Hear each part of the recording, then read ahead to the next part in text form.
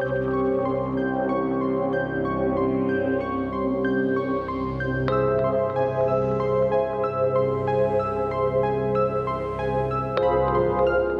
listening to A Little Too Quiet, the Ferndale Library podcast, brought to you by the Friends of the Ferndale Library.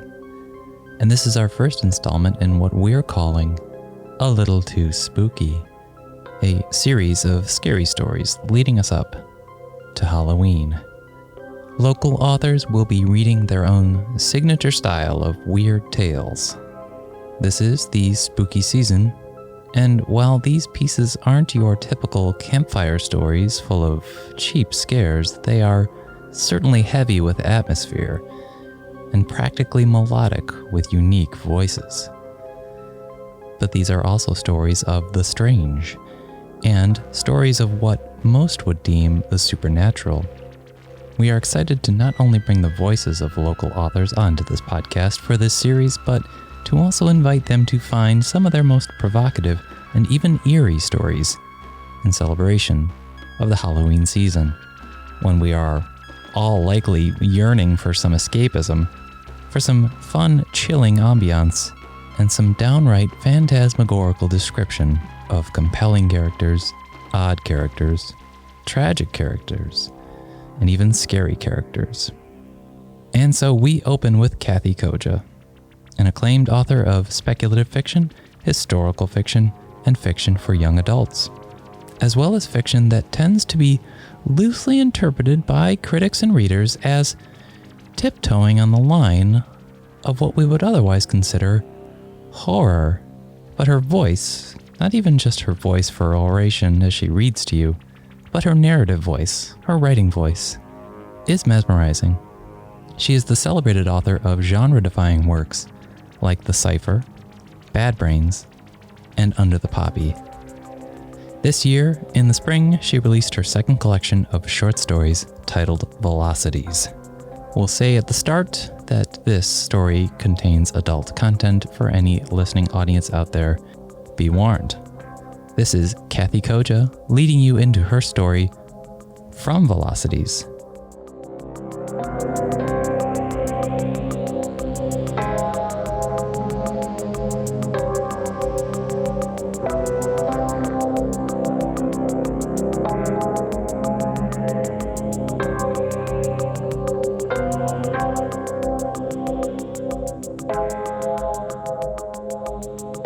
This story is called Conjure, and it might not be immediately apparent that it is a story about vampires because, like they say, not all vampires wear capes, and not all hunger is immediately identifiable as hunger. But this story looks at what it means to be hungry for a very long time. Hey, is he in? That's how they talk to me, these girls.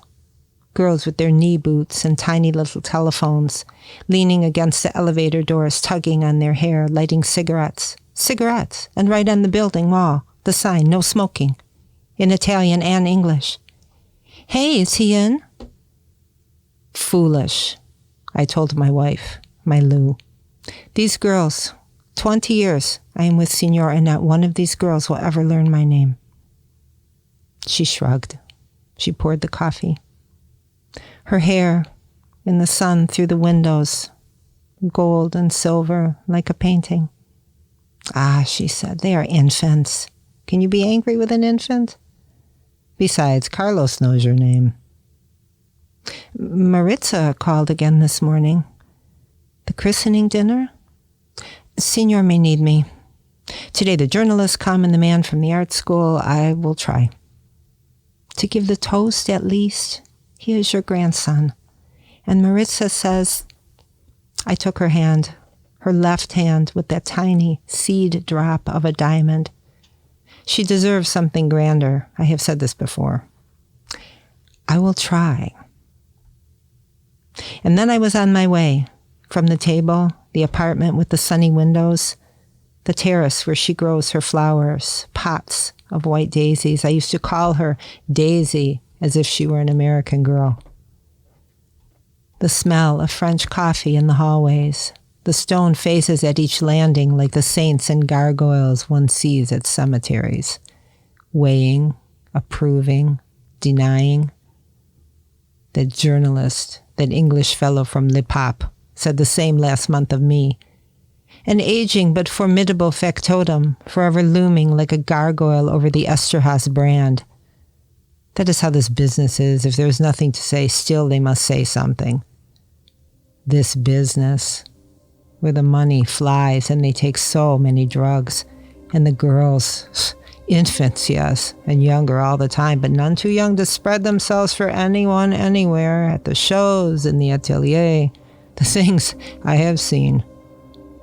See them now, this very morning in Gold Street, one busy with her little phone, the other scowling behind round black sunglasses, the Desmundo glasses they all wear this season, leaping up like greyhounds when I approach. Listen, hey, listen, Carlos wants me, he called, while the other one shoves forward. Me too, he wants me too.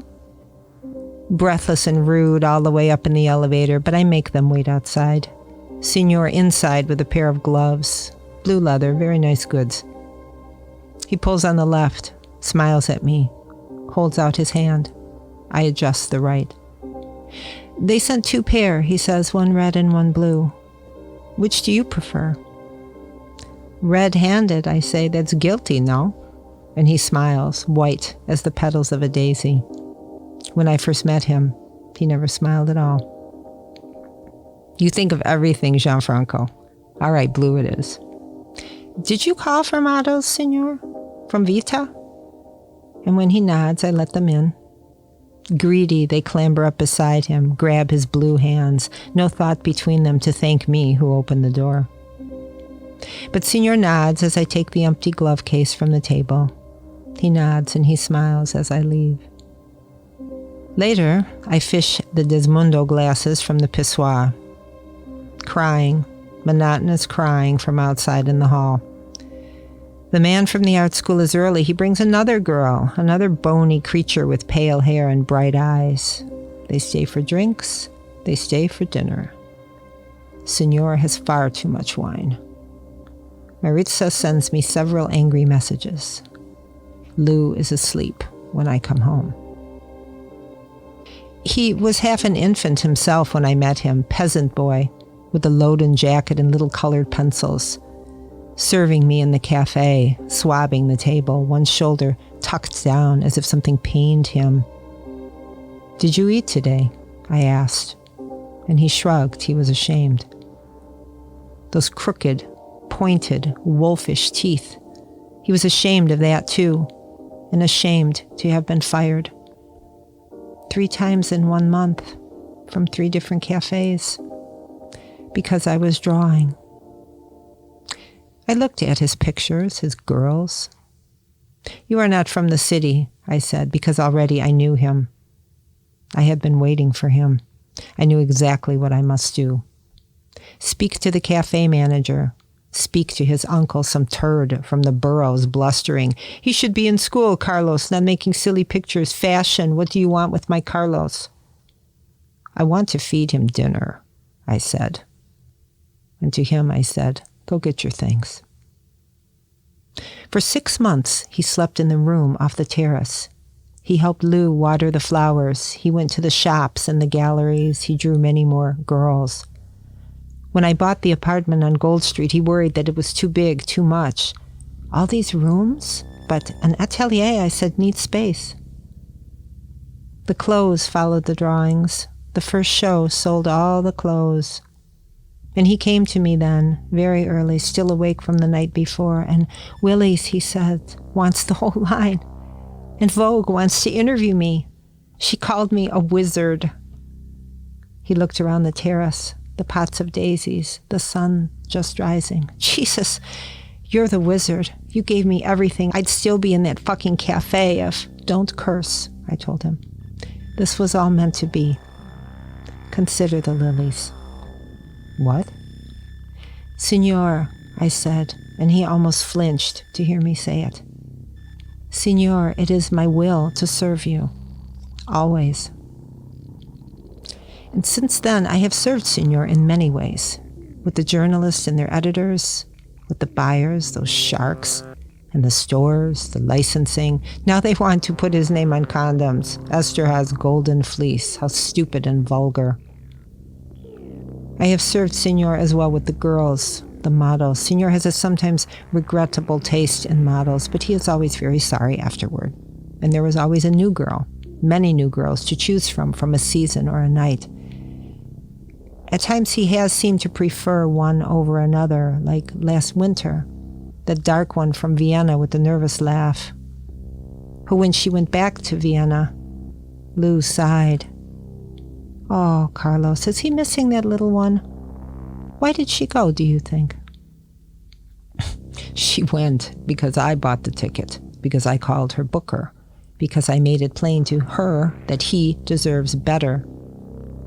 I am wiser than his own heart in such matters. I do not bend to heat or caprice.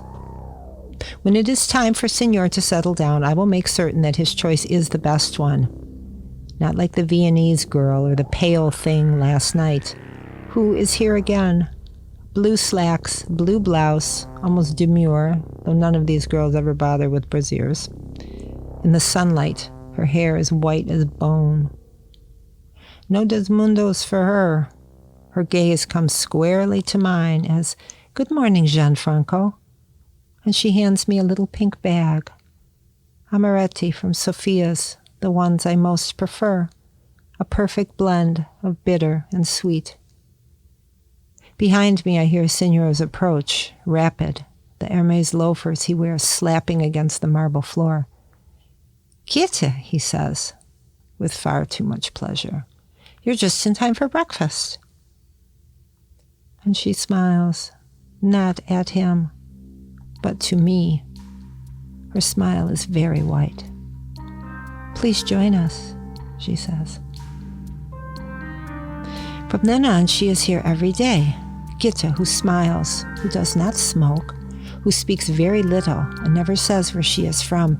Kathe, who brings amaretti for me until I tell her to stop. And yogurt and vitamins and machinery for Senor. Today, it is an ugly little steel contraption shaped like a pregnant tube. "Look," says Kathe, manipulating traps and levers until a stream of cloudy juice bursts forth. Sickening, color like bile. "It's a juicer," she says to my stare. "Avocado juice." "Ah, you're a waitress then." She smiles, unperturbed. Senor drinks the bile. "Oh, delicious. You cured my hangover." As he kisses her, she looks at me. She is not a waitress, not a model, not a journalist. She came with the man from the art school, but she is not an artist or a student. Kathe? "No," the man says when I call. "She was in the photography program, but that was a while ago. I guess you could call her my assistant, kind of. She does a little bit of everything." A factotum. Sure, right. She's amazing, isn't she? And a monster fan of Carlos. You two have a lot in common. Which is true. Terribly so. She knew it first, but I know it now as well. The juicer, then the bracelet to count his heartbeats, then the walking trip just for the weekend, Senora says to me, as if the collection is already finished, as if there is not so much work left to do, a tremendous amount of work. Kathe says we need some fresh air. I wave my hand at the windows. I mean, like a getaway. Getaway from what? Senor does not answer. His face looks leaner now, its planes more pronounced, like hers.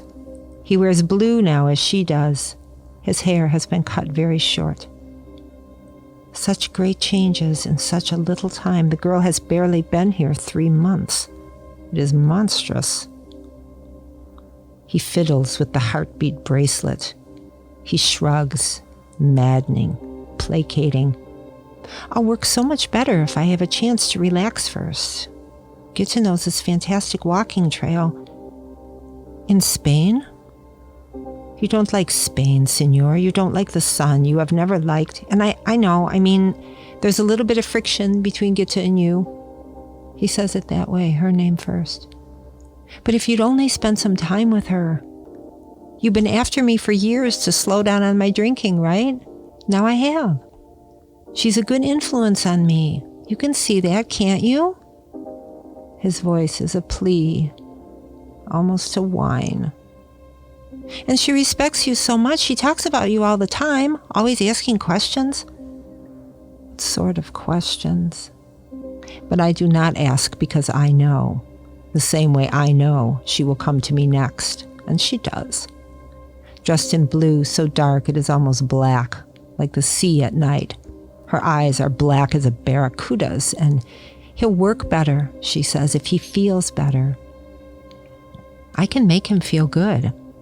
Why would you want to ruin that? I do not trouble to answer.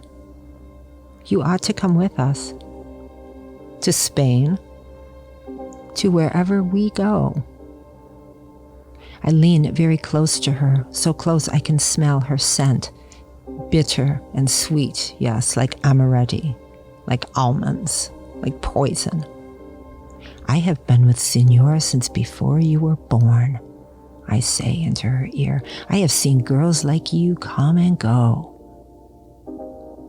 There are no girls like me, she says.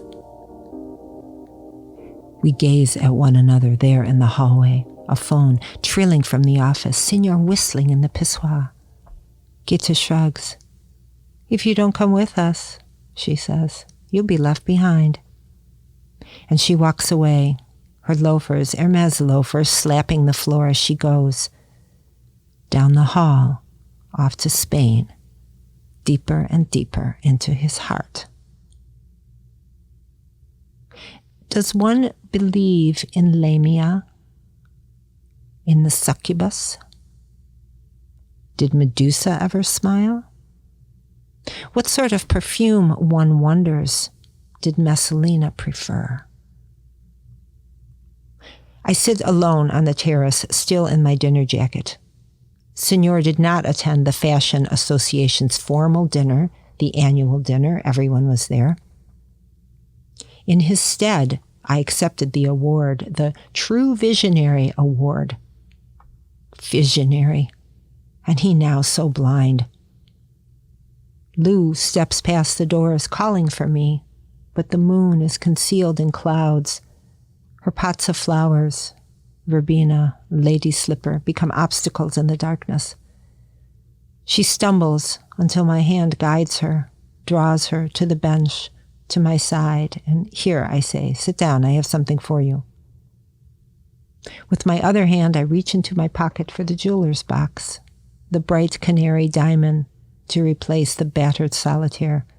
I tug on her ring finger, tug until she gives a little wail, until the old ring pulls free at last. For you, my Lou, my daisy. Take it into the light, see what I give you. You're not crying. She is crying. Beautiful, she says, only my little ring. You deserve better. We sit so, I clasping her hand as she wiping at her eyes. Finally, I forgot, she says, half rising. You have a visitor, that nice girl, Carlos's girl, who waits for me on the landing, looking up at the gargoyles and the saints as you come here. I say, my voice is too loud. How dare you come here to my home after you kept him from the dinner, from the people who meant to honor him? He sent me, she says, to tell you. I take a step down, 2 steps. Tell me what? 4 steps, 6. Now I am beside her, looking down at the upturned face, forever looming like a gargoyle. And she is really very small, this Gitta, in a new blue dress. One of his dresses. Already he has said he will name this collection for her, Toujours Gitta. Small as a child, her child's hand rising, narrow fingers like twigs. If one squeezed them just a bit too hard, the bones would snap in two. And look, she says. She wiggles her twig finger. A ring. A diamond ring. That's where he was tonight, asking me to marry him. She smiles. She cannot help herself. Foxy, satisfied. Don't you like it? I picked it out myself. I do not answer. I cannot. My tongue feels thick and hot. The gargoyles seem to ring her like Lilith and bad angels. Her smile changes and, "Why do you hate me so much?" She murmurs. "I'm a lot like you." You. Where do you come from? No one knows you. No one. With him, I can be a queen. Like you were the king for so long. Don't worry. Softly, cruelly.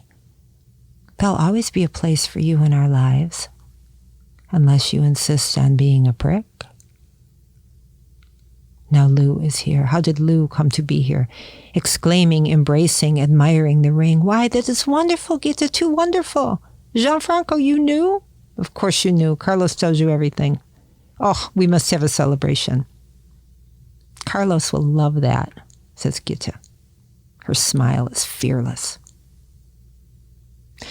There is a celebration, a large one. Everyone wants to attend, from Milan and Paris, New York.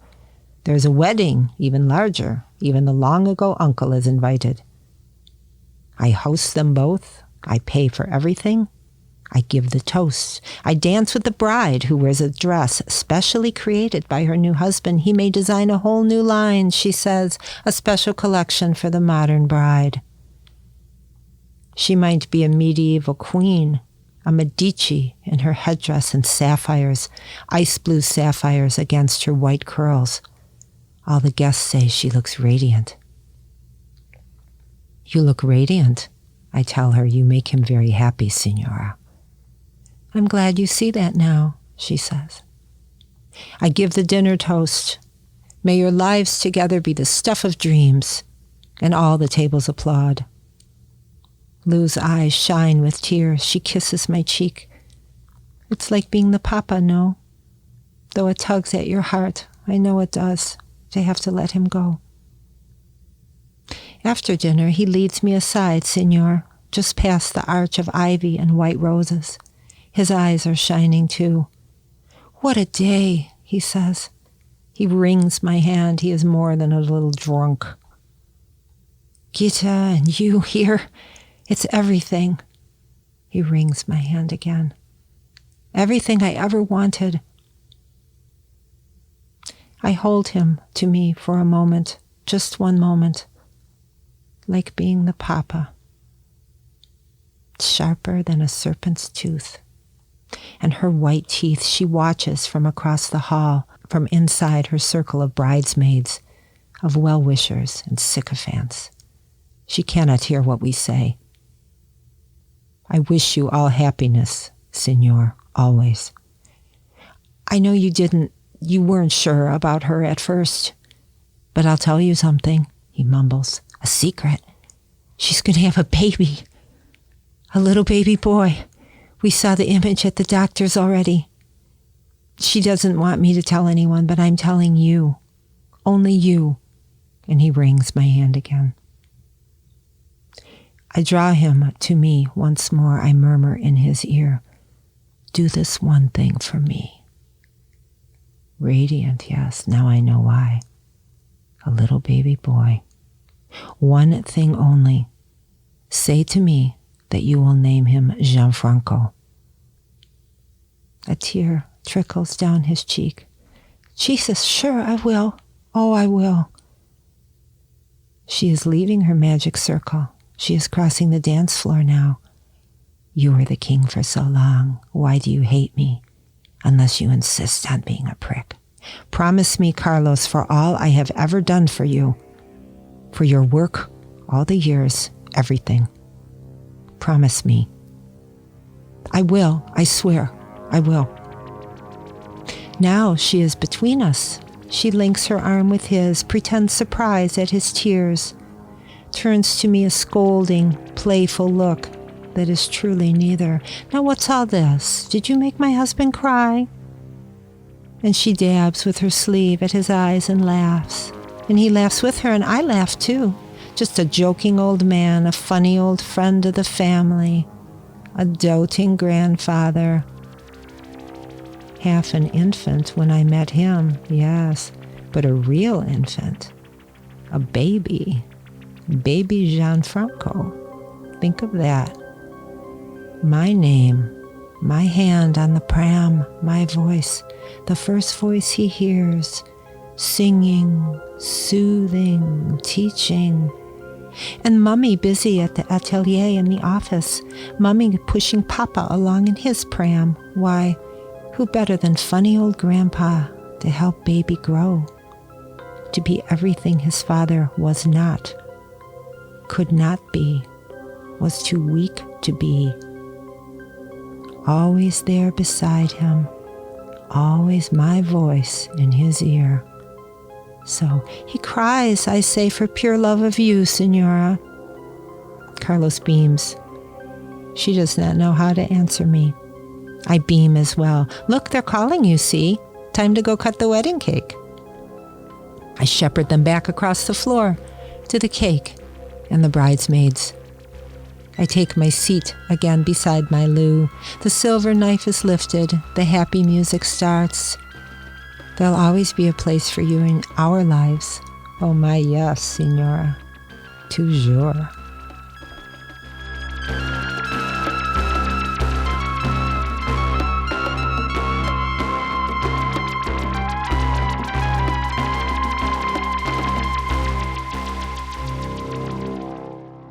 And that was Kathe Koja. She read a story from her recently released collection, Velocities, which is her second collection of short stories. Came out recently this year. If you wanted to listen back to an earlier episode of this podcast, which premiered in the winter of 2020, you can hear a full interview with Kathe Koja, discussing Velocities and much more. We thank you for listening to this, the first installment of A Little Too Spooky, a short series of local authors reading some fun, spooky stories, leading us up to Halloween. This is A Little Too Quiet, the Ferndale Library podcast, and it is brought to you by the Friends of the Ferndale Library.